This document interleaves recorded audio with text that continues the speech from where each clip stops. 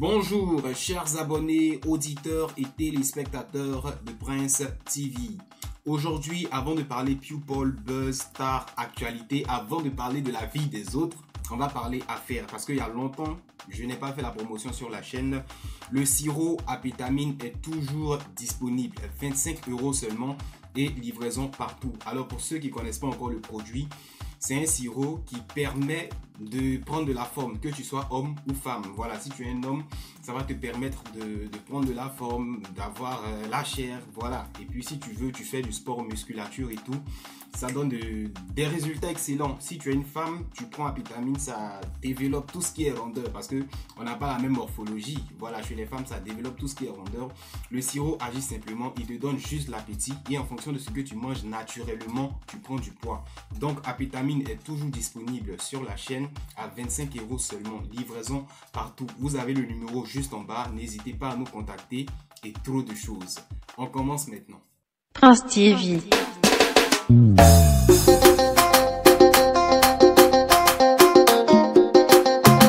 Prince TV.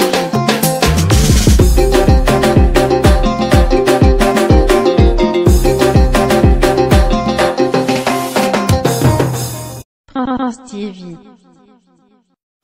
On commence avec la mère de DJ Arafat, Tina Glamour, qui a déclaré ouvertement, clairement, purement, tout récemment qu'elle a besoin d'un homme dans sa vie. Elle a posté une photo où elle dit clairement « Je réfléchis à mon prochain mari, à mon futur mari. » Il faut croire qu'avec toute sa notoriété, tout son argent, toute sa popularité, Tina Glamour est actuellement célibataire. Et visiblement, vous connaissez les Ivoiriens, commentaire de ça. Commentaire, elle a été obligée de reposter une vidéo après pour dire non, c'est pas une histoire de sexe forcément, c'est dans un esprit protecteur. Donc les Ivoiriens, franchement, Tina Glamour recherche client. Ne vous asseyez pas dans votre coin pour commenter quand un Guinéen, un Malien va venir prendre, c'est vous parler. On a vu Doxy Yao ici, elle disait elle est célibataire, c'est bizarre, c'est bizarre. Grand-père est venu prendre, c'est devenu bizarre. Tout le monde parle, tout le monde critique. Donc la mère, Tina Glamour, elle cherche quelqu'un. Franchement, elle a plus de 50 ans, mais elle est consciente qu'elle a encore le potentiel. Elle veut quelqu'un. Déclarez-vous. Ne restez pas dans les commentaires pour parler trop de choses. Il y a des gens qui disent ouais, mais pour son comportement, ce genre de personnes, peut-être tu les vois sur les réseaux sociaux comme ça, mais quand il s'agit d'amour, ils sont casés, ils sont rangés, ils sont bien. Trop de choses. On attend la suite de cette affaire. On espère qu'un jour, Tina Glamour va venir nous présenter quelqu'un officiellement. On continue. Prince TV. On poursuit maintenant avec une information relative à Grand P, notre beau national, qui vraiment moi-même ça me dépasse. Apparemment, Grand P aurait l'intention de demander la nationalité ivoirienne. L'information a été lâchée par l'un de ses managers qui a déclaré, et je cite, « L'accueil et l'hospitalité qu'a eu Grand P en Côte d'Ivoire, il ne l'a eu nulle part ailleurs. » La Guinée a lancé Grand P, mais c'est la Côte d'Ivoire qui a su vendre l'artiste. Et ça, je l'ai toujours dit. Nos pages, là, quand ils veulent te donner le buzz, ils te donnent ça, au détriment même des artistes ivoiriens. Mais bon, c'est de bonne guerre. Donc, visiblement, on l'a tellement mis bien, et c'est connu de tous, c'est la Côte d'Ivoire qui lance les artistes. Même si tu as moussé dans ton pays, que tu n'es pas encore trop validé en Côte d'Ivoire, ça ne peut pas passer. Trop de choses. Même si nous-mêmes, on est en train de détruire notre cocon, notre aura sur le plan africain, international, mais il faut reconnaître qu'on continue de toujours faire briller les autres, et c'est important.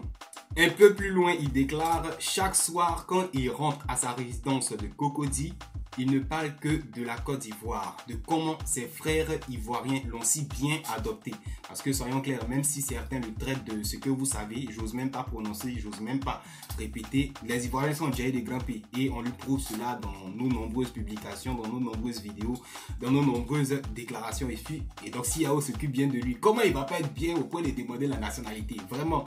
Alors, aujourd'hui, Grand P veut ardemment s'installer en Côte d'Ivoire et poursuivre sa carrière. Ouh, Grand P va rester en Côte d'Ivoire. Bon, je ne sais pas dans quel style musical il va se caser, couper, décaler, rap ivoire ou bien il va faire Zouk Love. Ça va se savoir. Pourquoi pas la musique mandingue? On attend de voir si c'est réel ou si c'est... Voilà. Alors, mais surtout, Grand P souhaite obtenir la nationalité ivoirienne. La nationalité ivoirienne. C'est dit clairement, avant d'aller au lit les soirs, il formule toujours des prières de paix pour la Côte d'Ivoire. Franchement, voilà. Trop de choses. Grand P veut devenir ivoirien. Il aime la Côte d'Ivoire. Il aime ses frères ivoiriens. On attend de voir si ça va vraiment s'acter, si ça va vraiment se concrétiser. On continue. Prince TV. On poursuit maintenant avec une information relative à Carmen Sama, ex-femme de DJ Arafat, la veuve de DJ Arafat, et Sui Fatem, ex-Miss Côte d'Ivoire. On parle clairement de scandale sexuel. D'entrée de jeu, je vous dis. Alors, je ne m'approprie pas l'information parce que j'ai pas trop eu le temps de fouiller. Je vais vous présenter les faits tels que je les ai reçus. On parle de Roi 1212, on parle d'un certain Mamala, on parle de, voilà, trop de choses. Proxénétisme, prostitution, busy en clair. Donc, Carmen Sama et Sui Fatem dans une histoire de busy. Bon, d'entrée de jeu, on sait que Roi 1212, Carmen Sama, beaucoup d'Ivoiriens ont déjà parlé de ça. Et on sait pas, c'est vrai, c'est pas parce que beaucoup de gens en ont parlé que c'est vrai, mais je me demande pourquoi ça revient. C'est pas la récurrence qui fait la vérité de l'information. Mais je me pose des questions. Roi 1212 Carmen, qu'est-ce qui se passe au point où les Maliens eux-mêmes, avec des preuves, parce que hier, moi j'ai reçu tard dans la nuit une photo d'un hôtel malien où Carmen aurait été abattue en griffe. Hein. Voilà la photo. On montre les preuves que c'est dans cet hôtel-là il était et puis les choses se sont passées. Bon, je répète, je ne m'approprie pas l'information. Je vais donc vous lire un article qui a été publié tout récemment. Alors, Carmen Sama et Sui Fatem au cœur d'une vive polémique. Tout est parti d'une publication sur Facebook. À en croire la dite page, Carmen et Sui Fatem devraient être livrés comme des prostituées de luxe à deux hommes riches maliens, le roi 1212 et Mamala. C'est les gens qui ont dit, hein. Je répète, je ne m'approprie pas l'information. C'est l'actualité du moment, donc je vous présente. Quand j'aurai plus de détails, on va approfondir. Alors, Mamala veut suivre Fatem. Quant à Carmen, le proxénète pense qu'il peut s'arranger avec le roi 1212. C'est eux qui ont dit. Carmen Sama et Sui Fatem quittent la Côte d'Ivoire pour le Mali. Arrivé à Bamako, Sui Fatem trouve que Mamala fait trop gamin. Elle préfère donc se diriger vers le roi 1212. Il refuse de donner une avance. Le roi 1212 ayant une réputation de radin, lui et Sui Fatem ne vont alors jamais coucher ensemble. Confie la page malienne. Puis d'ajouter, quant à Carmen Sama, elle est présentée à Mamala. Mama ne trouve pas Carmen aussi belle que ça. Il n'est pas content. Le proxénète arrive à convaincre quand même Mama de coucher avec Carmen Sama. Les deux sont sortis ensemble. Et ce fut le début de la guerre entre Sui Fatem et Carmen Sama. C'est bizarre, hein? C'est bizarre. Voici plus ou moins l'information un peu ambiguë pour ma part qui a été diffusée, qui est nourrie par les Maliens actuellement. C'est chaud. Voilà, c'est vrai que le nom de Carmen Sama revient plusieurs fois du côté de Roi 1212. On ne sait pas trop ce qui se passe entre les deux. On m'a même parlé d'une histoire qui a permis à Carmen Sama, un busy, qui a permis à Carmen Sama de changer sa voiture. Trop de choses. Je répète, je ne m'approprie pas l'information, mais c'est ce qui nous est présenté. Sui Fatem, pour sa part, elle a tenu à vite réagir. Elle se reconnaît pas dans ça ou elle dit elle n'a pas géré busy ou elle est miss. Voilà, ça s'arrête là. Carmen, pour sa part, sur Instagram, a réagi en postant une photo. Genre, elle a montré son dos avec le bon cra. Bon, le dos en ivoirien, ça veut dire on te critique, trop pas le toit, mais tu t'en fous. Tu gères pas ce qui est dans ton dos. Juste après, en stories, elle a posté une vidéo de Gédéon qui parle de jalousie, les jaloux, les bâtards spirituels. Vous êtes jaloux de Carmen Sama. Donc, elle ne se reconnaît pas dans le busy. Ou si elle a géré busy, ça n'engage que elle. Voilà, pendant ce temps, nos fraîches, nous attendons que Carmen Sama reste là uniquement à songer à la disparition d'Arafat, éternelle veuve.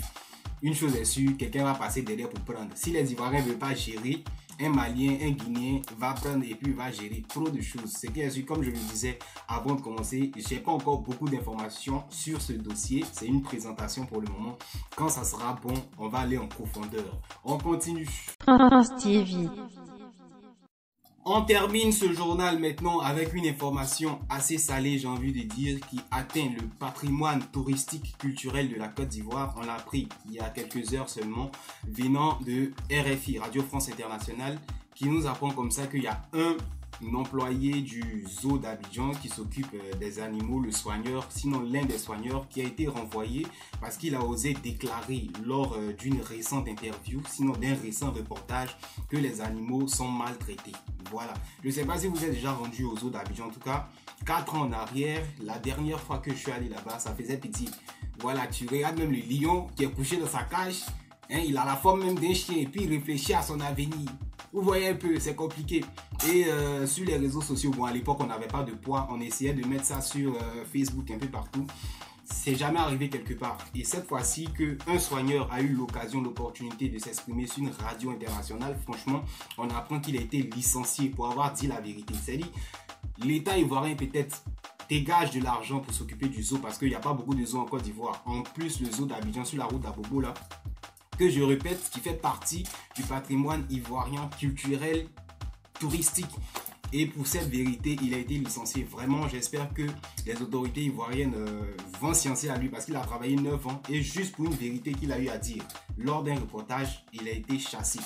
J'espère que le gouvernement va penser à ce monsieur-là et puis que les choses changent. Voilà, parce que quand tu regardes les eaux des Occidentaux, vraiment pour la Côte d'Ivoire qui aspire à l'émergence, ça fait pitié. On n'a même pas beaucoup de zoos. Un seul d'Abidjan là, vous ne pouvez pas gérer. On parle aussi, vous chassez les gens. Bon, c'est terminé pour cette édition. Merci franchement à ceux qui nous ont suivis jusqu'à la fin. À bientôt sur notre chaîne pour de prochaines, pour de nouvelles vidéos. Au revoir. France TV.